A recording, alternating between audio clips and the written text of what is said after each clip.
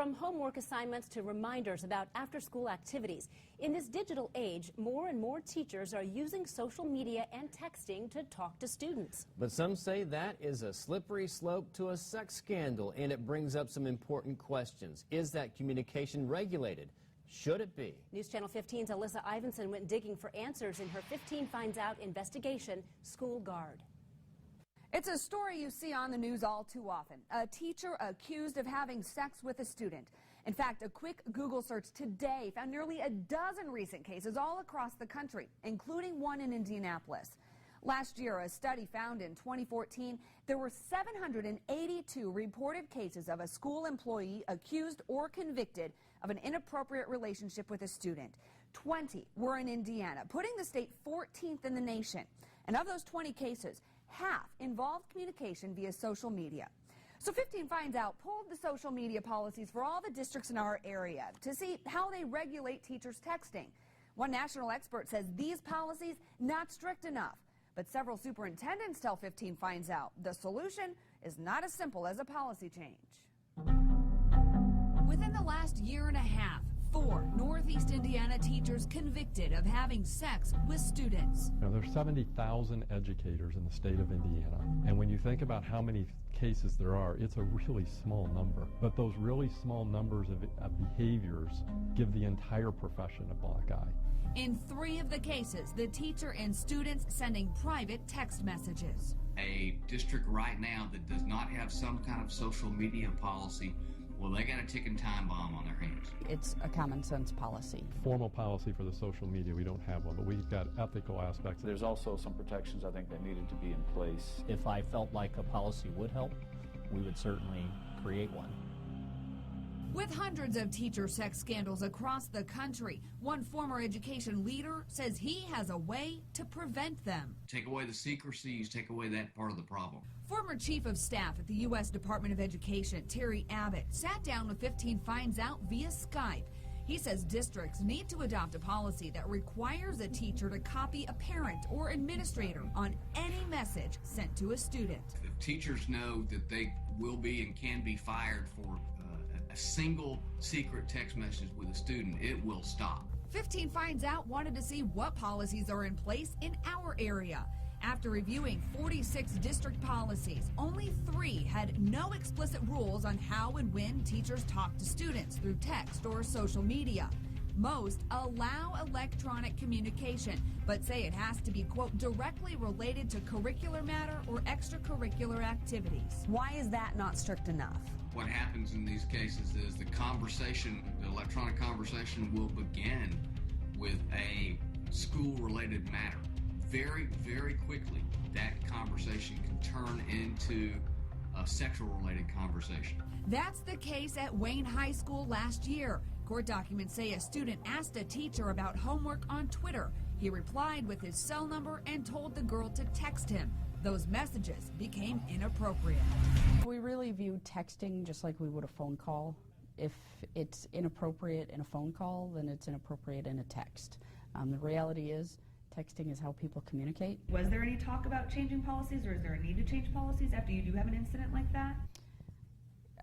You know, we always look at our policies. I wouldn't say that spurred anything different than what we already talk about. While it doesn't regulate texting, FWCS does prohibit staff from friending a student on Facebook. I've reviewed many policies, and I haven't reviewed one yet that I felt like did anything that actually prevented something like that from happening. If it did, we would do it. Bluffton-Harrison MSD Superintendent Wayne Barker says his district does not have a social media policy. His district also hit by a teacher sex scandal in 2014. After that happened, why not change your policies? Well, I don't know that anything happened because of a policy or lack of a policy. It's very difficult to legislate morality. But what about Abbott's idea of requiring conversations to have a third person copied? Barker says in his district, students often reach out to teachers and staff for help getting to school or even for help at home. Provide them food many times and diapers or things like that they need. And when you're in the middle of those conversations, to try to include someone else in a somewhat emergency situation is difficult. Northwest Allen County School Superintendent Chris Himsel agrees. We also deal with situations where we deal with child abuse, and we deal with different things that are being reported from the home as well. And we have to be able to maintain both of those roles. While NACS doesn't have a social media policy either, the district says it is covered by other policies. We've got ethical policies in terms of the appropriate relationship that you have with students. And if it's a situation where it doesn't matter if it was done in a face-to-face interaction, if it was done in writing a note home, if it was done through email or through social media, and we expect that professionalism will exist at all times. It's the other end of the spectrum at Smith Green Schools, just adopting a new social media policy last fall. You watch other districts, and you see what kinds of things are going on there.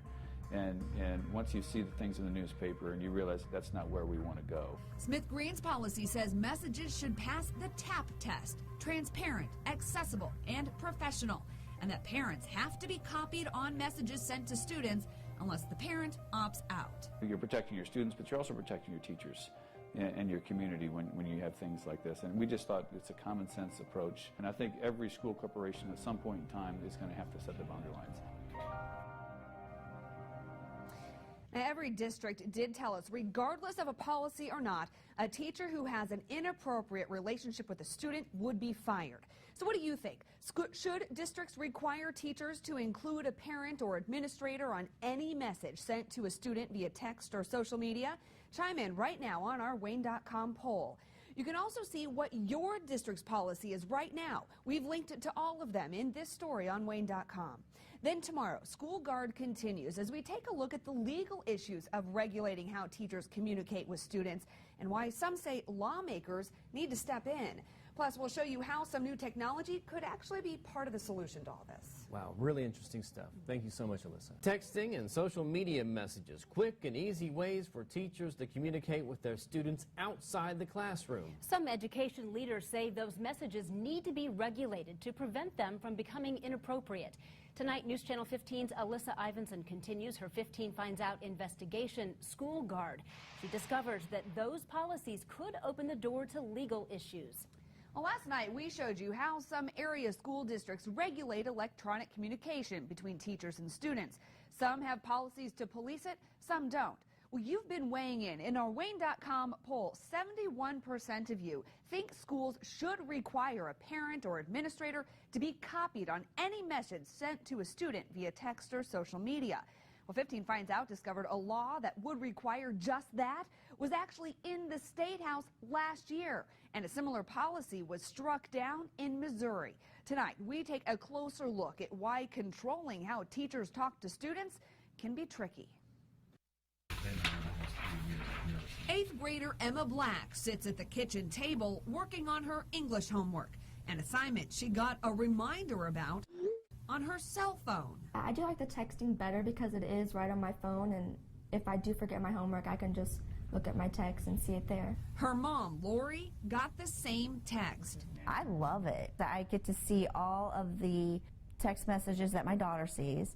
Emma's teacher uses an app called Remind. It allows teachers to send mass messages to students and parents. It'll say the homework for the night and what we did maybe that day for the parents. I want to be involved. I think my daughter at her age, I need to be involved in that conversation between her and her teacher. It's not quite a regular text, though, because it's through an app. The students and parents cannot respond back, which is different from the text Lori's older son, Ethan, now a high school senior, would get from his football coach. A lot of times they need the information right from the kids right then and there, and they need an answer back. I'm good with that. But those messages were sent to the whole team, not private messages just between the coach and player.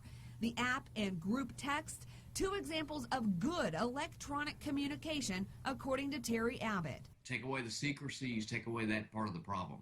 Abbott, a former chief of staff for the U.S. Department of Education, tells 15 Finds Out districts should require all messages between teachers and students to have a third person copied, because he says private messages may start about schoolwork but can easily become inappropriate and lead to a sexual relationship. There's plenty of opportunity for school districts to use electronic communication in a safe way, and districts ought to be looking quickly at that, and instead of allowing the kind of private and secret contact that we have going on right now. Last year, a study tracked cases of a teacher accused or convicted of a sexual relationship with a student in 2014.